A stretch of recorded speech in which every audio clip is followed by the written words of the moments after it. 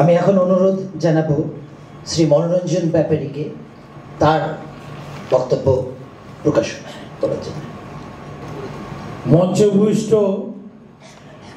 মাননীয় শিক্ষামন্ত্রী, উচ্চশিক্ষামন্ত্রী ব্রাত্য বসু মহাশয়, অবশ্যই এটা ওনার একটা ছোট্ট পরিচয়। ওনার সব থেকে বড় পরিচয় যেটা আমি মনে করি সেটা হচ্ছে উনি শিক্ষাবিদ। বাংলা ভাষাকে এগিয়ে নেবার ক্ষেত্রে ওনার একটা বিরাট অবদান আছে। নাট্যকার, সুলেখক, সু অভিনেতা, তারপরে উচ্চশিক্ষামন্ত্রী। ওনাকে আমার আন্তরিক শ্রদ্ধা, অভিনন্দন। মঞ্চে আছেন মাননীয় সাহিত্যিক আবুল বাশার মহাশয়।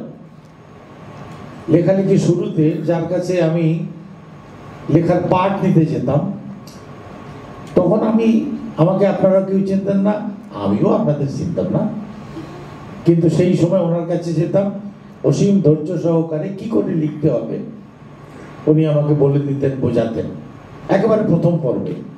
আর সেই সময় মাননীয় ব্রাত্য বসু, আবার একবার নামটা বলতে হচ্ছে, উনি কলকাতা টিভির জন্য আমার একটা ইন্টারভিউ নিয়েছিলেন।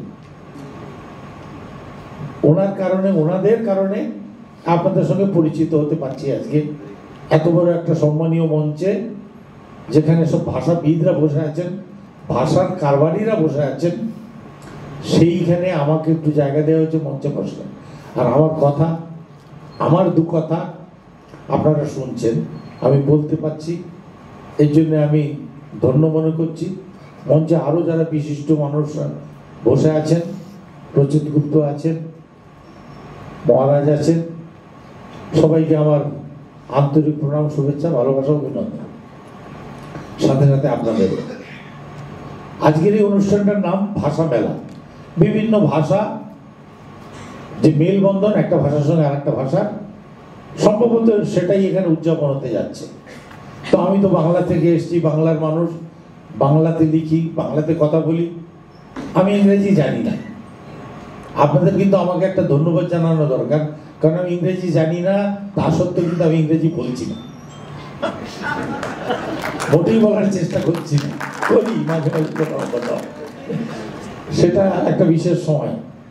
তো যাই হোক,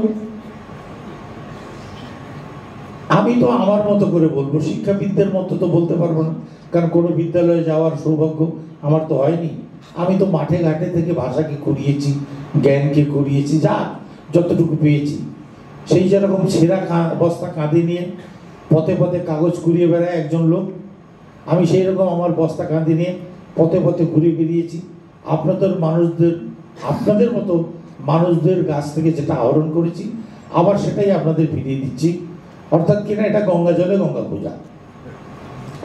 ভাষার মধ্যে যে শক্তি আর সৌন্দর্য আছে, আমার বাংলা ভাষার মধ্যে যে শক্তি আর সৌন্দর্য আছে, আপনারা প্রত্যেকেই জানেন, কিন্তু আমি জেনেছি অনেক বেশি।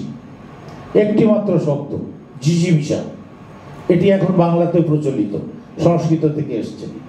এই একটি শব্দের মধ্যে যে অপরিসীম শক্তি ছিল, একটা গামছা গলার ফুটপাতি মানুষকে আজকে তুলে এনে সাহিত্যিক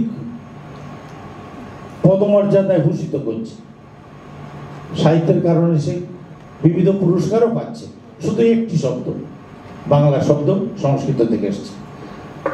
দাদা আবুল বাশার বলছিলেন যে আমাদের বাংলা ভাষার মধ্যে বিভিন্ন ভাষার অনুপ্রবেশ ঘটেছে।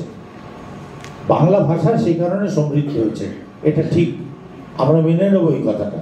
কিন্তু আজকে একটা বড় দুঃসময়ের মধ্যে থেকে আমরা আমাদের সময় অতিবাহিত করছি। আজকে বাংলা ভাষার উপরে হিন্দিতে বললে হাবি, আর বাংলায় বললে অনুপ্রবেশ। আমাদের বাংলাকে দখল করা, আমাদের বাংলা ভাষাকে দখল করা, বাঙালি অস্তিত্বের উপরে, বাংলা ভাষার উপরে তীব্রতম একটা আঘাত একটা বহিরাগত শক্তি ষড়যন্ত্রমূলক চালিয়ে যাচ্ছে।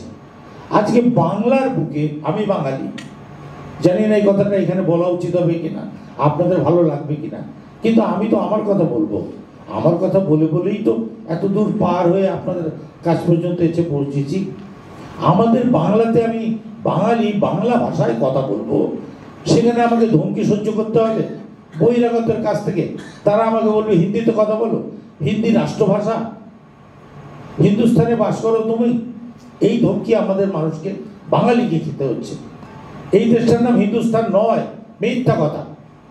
সংবিধানে কোথাও হিন্দুস্তান শব্দ লেখা নেই। হিন্দি রাষ্ট্রভাষা নয়, সংবিধানে লেখা নেই। কিন্তু ওরা আমাদের মাথার মধ্যে, মগজের মধ্যে এমনভাবে প্রবিষ্ট করিয়ে দিচ্ছে যে আমরাও বলতে বাধ্য হচ্ছি হিন্দি রাষ্ট্রভাষা, বলে ফেলছি। ঠিক আছে, তোমাদের হিন্দি প্রিয় ভাষা, 5টা রাজ্যে তোমাদের হিন্দি চলুক।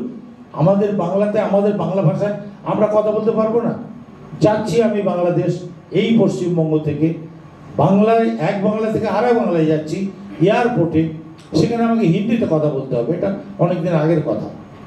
কেন আমি আমার বাংলাতে, আমি আমার বাংলা ভাষায় কথা বলতে পারবো না কেন?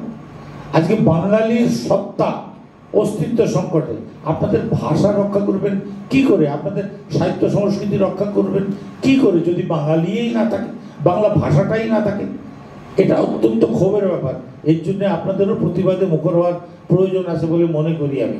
আমাদের ভাষা যদি না থাকে, আজকে বাঙালি বলে আমার বাংলায় বসে পরিচয় দিতে যদি লজ্জা হয়, আমাকে যদি ইংরেজি আর হিন্দি বলতে হয় আমার বাংলায়, তাহলে তার থেকে আমাদের মরে যাওয়া ভালো, বেঁচে থাকার আর কোনো দরকার নেই। এইটুকু বলেই আমি আমার ক্ষোভ প্রকাশ করে আমি আমার বক্তব্য শেষ করলাম।